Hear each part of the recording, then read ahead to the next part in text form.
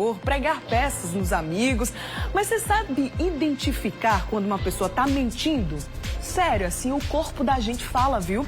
Os olhos, a nossa postura, as mãos. E aí é importante, muito importante, aprender a captar os sinais, até para você não cair numa cilada aí. Vamos entender esse assunto agora, hora do nosso Papo de Quinta.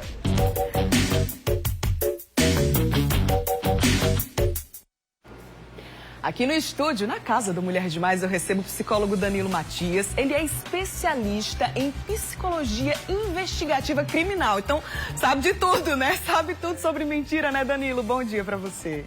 Bom dia a todos que estão nos assistindo. Uma honra estar aqui. Exato, eu tenho uma especialização em psicologia investigativa criminal. Escrevi sobre como a gente pode perceber a mentira. A gente publicou um artigo há alguns anos atrás. E é bem interessante esse tema porque mexe com todo o corpo. É curioso, né? Desperta essa curiosidade e é bem legal falar sobre isso. Eu quero a sua opinião, tá? Sobre a mentira lá no nosso Instagram, @CorreioTV. Daqui a pouquinho eu leio as mensagens. Vamos falar sobre esse assunto bastante hoje aqui. Agora, Danilo, há quem diga que mente, quem diz que não mente. É sério isso? Olha, faz sentido, porque a mentira faz parte da nossa vida, né? Todos nós mentimos. Não necessariamente como algo ruim ou como algo bom, mas porque é muito complicado, muito difícil viver sem mentir, falar a verdade o tempo todo. Então a mentira é vista na área da ciência como algo central das nossas vidas. É um fenômeno natural, todo mundo mente a qualquer momento, a todo tempo, nas conversas normais. Sim. Todo mundo mente de uma forma igual ou cada pessoa mente de um jeitinho diferente? Aí até pra gente já começar a entender os sinais. Conta aí pra gente. Isso é curioso, porque basicamente todo mundo tem um padrão natural ao falar a verdade e também tem um padrão ao falar a mentira. A gente se comporta de um jeito quando está mais confortável, mais tranquilo, naturalmente falando a verdade. E quando a gente está tentando dissimular alguma história, está tentando impor uma informação falsa, a gente se comporta de outra maneira também. Então, cada um mente do seu jeito particular, mas as pessoas têm um padrão ao falar a verdade e um padrão ao falar a mentira. E como a gente comentou, né, o nosso corpo fala. Então, pra gente identificar quando uma pessoa começa a mentir, vai contando ali uma história, vamos começar com o nosso olhar, Danilo. A gente tá vendo aí uma imagem, né, um desenho, mas eu queria que você falasse pra gente como a gente identifica através do olhar de alguém que essa pessoa tá mentindo. É bom a gente prestar atenção no movimento do olhar, porque tem muitas histórias, muitos conceitos do senso comum que falam que quem mente não olha no olho, ou quem mente desvia o olhar para determinada direção. E na verdade não é bem assim. Na verdade, quando a gente está contando uma história e a gente está tentando buscar algo na memória, sim, a gente desvia o olhar um pouco para fazer um cálculo, né, fazer uma pesquisa na memória e retoma novamente ao interlocutor. Não necessariamente a gente olha certo para a direita ou para a esquerda, mas o padrão de olhar... Tem pessoas que não gostam de falar olhando no olho, e nem por isso vão estar mentindo. Tá, às vezes até uma timidez, né? Um reflexo da timidez. Exato, então não é apenas o padrão do olhar, ou apenas a postura, ou apenas o movimento, ou a voz. É um conjunto de sinais que eles têm que ter a ver com o que a pessoa está falando. Sim. Porque tem também o nervosismo. A pessoa pode estar nervosa e falar a verdade. E também os mentirosos podem ficar nervosos com medo de serem descobertos. De serem descobertos, né? Vamos soltar mais uma tela aí com mais uma expressão que pode trazer aí como um sinal de mentira. A gente tá vendo aí um homem, né? Uma pessoa mordendo os lábios, né? Assim, pressionando os lábios, melhor, para identificar. E aí, é um sinal de que tá mentindo? Bom, isso pode ser um sinal de que a pessoa está tentando segurar alguma emoção, sabe? A gente chama isso de microexpressão facial. A gente, também percebemos a mentira pelas expressões da face, as expressões das emoções no rosto das pessoas. Então, a gente precisa identificar quando alguém está falando uma história de tristeza, se tem a emoção da tristeza naquele rosto, se é uma história de raiva, se tem aquela emoção lá. A própria testa vai mostrando os sinais também, né? Se você tá com raiva de verdade. Como a gente, porque quando a gente está falando sobre aquele assunto, a gente transfere nossa emoção para aquele assunto. E aí, quando a pessoa tenta bloquear essa emoção na hora que ela está tentando aparecer, a gente chama de microexpressão. A emoção está querendo aparecer e a pessoa tenta contê-la. Então, nessas horas, a pessoa faz essas caretas, assim, tenta segurar um choro, tenta segurar uma cara de sorriso. Então, precisa estar bastante atento, precisa entender das emoções também, estar sensível a todos os movimentos do interlocutor para a gente perceber essas expressões. Agora, Danilo, com o uso frequente das máscaras, né, que faz parte da nossa rotina aí há mais de um ano já, ficou mais difícil detectar essas expressões, não ficou não? A gente só consegue ver o olhar agora, e agora? Como é que faz?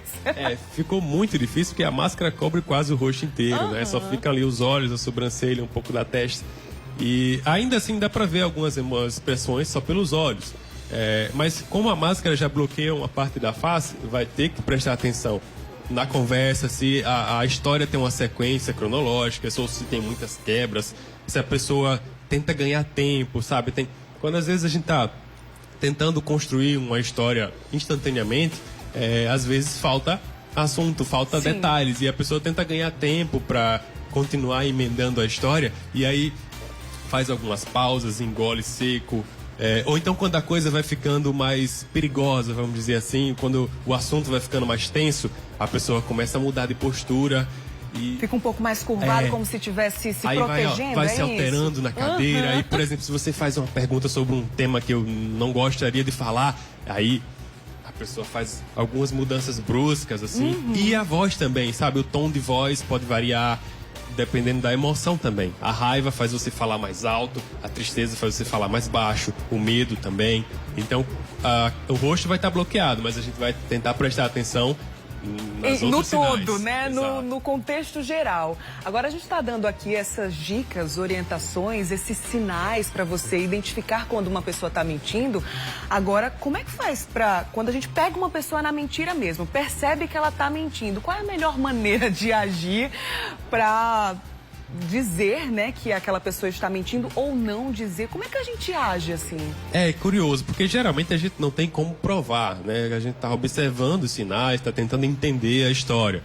Por isso que quando a gente está estudando a mentira, a gente tenta identificar os sinais de desconforto, sinais de insegurança na hora de contar a história, porque quanto mais desconfortável a pessoa estiver com aquele assunto ou com aquela história, mas isso pode ter a ver com mentira, com informação falsa. Então a gente tenta captar aquilo que prove que a história é verdadeira. Então vamos perguntar mais, tentar ver mais detalhes, tentar entender a história.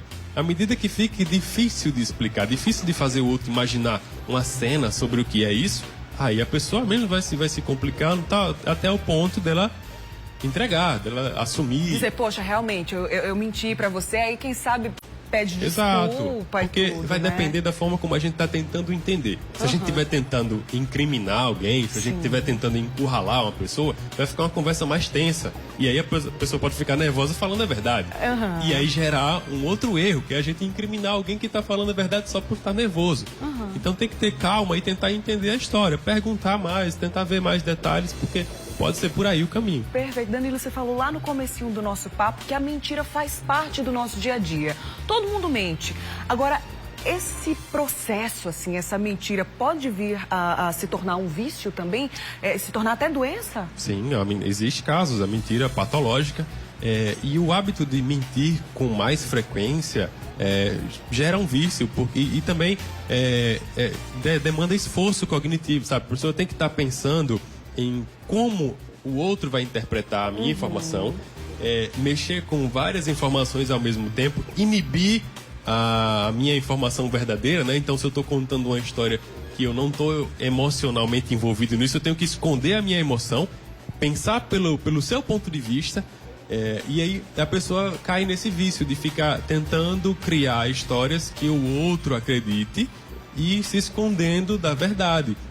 Vai criar tantas mentiras, vai cair no hábito de criar histórias, e vai desenvolver o cérebro dele, vai ficar só vivendo de manipulação de informações. Esse é um problema, porque quando falar a verdade, ninguém vai Pois é, perceber. ninguém vai acreditar, Ninguém vai né? acreditar. Então, se a gente espera que ninguém esteja passando por uma situação aí de vício, de mentira, mas você escutou aqui, participou do nosso papo de quinta, se por acaso você está passando por alguma situação assim semelhante, é bom buscar ajuda profissional. Um psicólogo pode ajudar bastante, né, Danilo? Sim, a psicologia ajuda a gente a estudar, a entender as emoções, como a gente expressa as emoções, da onde vem esse comportamento, sabe? Então, estudar o pensamento, estudar o comportamento e as emoções vai dar um repertório maior para a gente entender como funciona a dinâmica das conversas.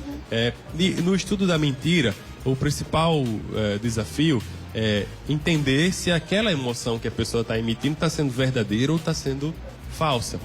A partir daí é que a gente vai investigar se aquilo realmente tem a ver com o que a gente espera ou não. Então, a psicologia pode abrir esse caminho de a gente entender as emoções, entender as expressões para poder entender e lidar melhor com as nossas conversas. As nossas relações. Danilo, muito obrigada, viu, pela sua participação. Adorei. Instagram do Danilo aí na tela para quem quiser entrar em contato, conhecer um pouco mais do trabalho dele também, ó, tá aqui embaixo para você acessar. Muito obrigada, viu, pela participação. Boa quinta-feira. Vai folgar amanhã, feriado? Sim. Então, beleza. Bom eu feriado. Eu que agradeço. Valeu, obrigado a participação de todos e Valeu. até uma próxima. Obrigada. Deixa eu aproveitar para dizer, né, chamei vocês lá